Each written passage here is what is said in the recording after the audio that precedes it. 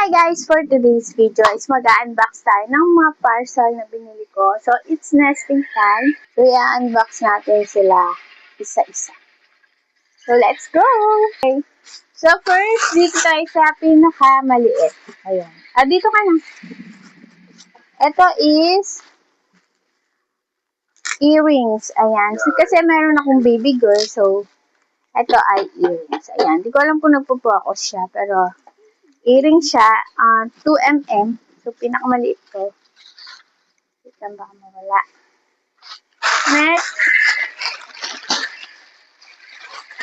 is, ito is random. Nasama lang. Ano to, sa printer ko to. So, hindi kasama to.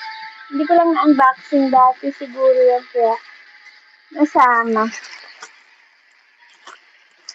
Second one is,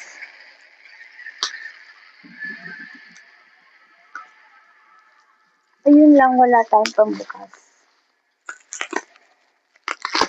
Kasi puro nakabubble wrap pala to.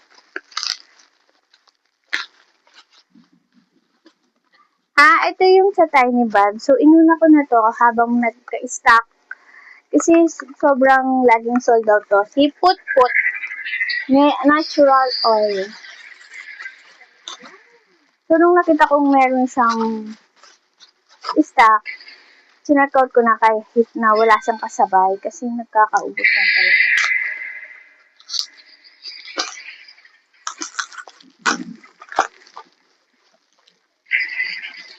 Next, from Tiny Bags din. So, ito inuna ko na din siya kasi naka-promo.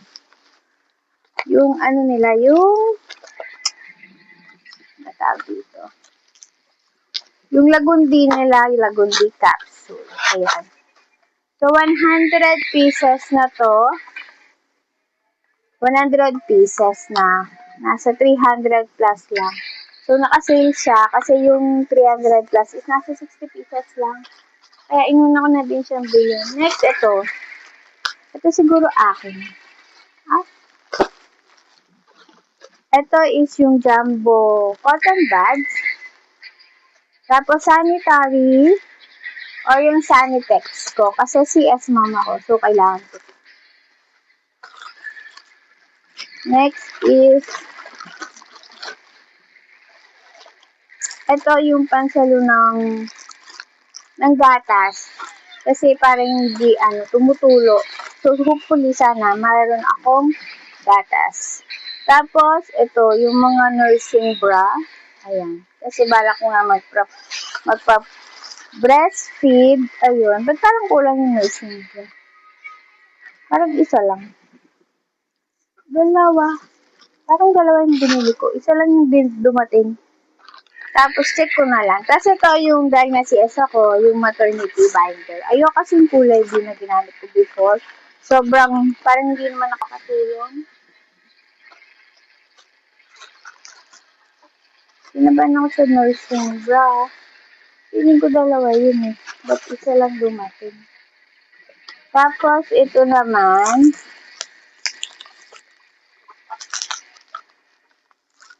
is from Tiny Bags. Hindi ako maraming nag-order sa Tiny Bags. Sakto lang. So, ito yung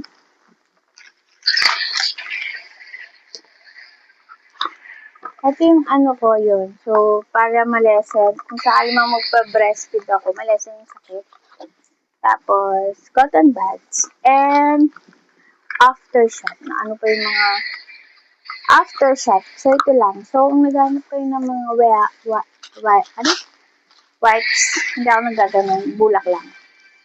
And then, next, ito, yung aking maternity dress para paglabas ko sa operating room, ay nang gagamitin ko.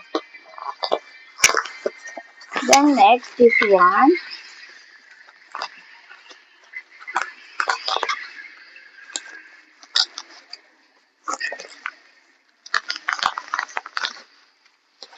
Ito is, yan, palanggana. So, yung natitiklop ng palanggana. Ang kinuha ko is medium and large.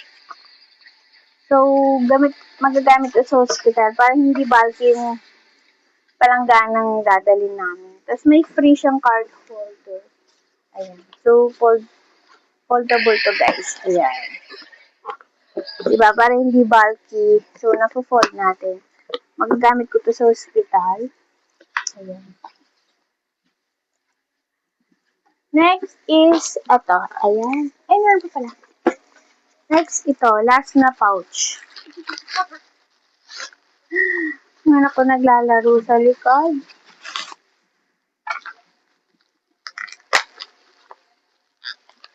Ang daming bubble wrap, sayang. Nasira ko kasi wala akong pambukas. Hindi ako nakapagdala ng cutter. Ano ba ito?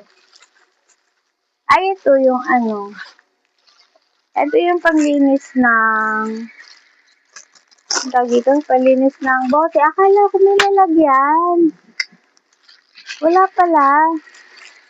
Kasi ito yung suklay niya. And ito yung pag magpapadede ka, parang cover, para hindi naman makita yung ano mo, habang nagpapabreastfeed. So, yung next, nakabox siya kasi ano to eh, from Unilove. Ayan.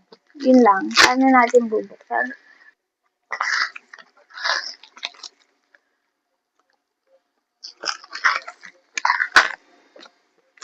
Ayan.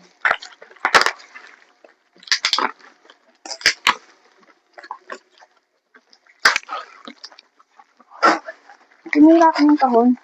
Wala kasi talagang pambukas. So, again, ito lang yung maternity pads kasi para hindi dumalo yung dugo to sa pag nasa hospital na ako. Tapos, ito yung aking diaper. Pants siya. And, ito yung sabon ni baby. So, nandito lang pala. 300 ml na to. And lastly, yung kanyang bottle cleanser yun. Yung parang ano niya.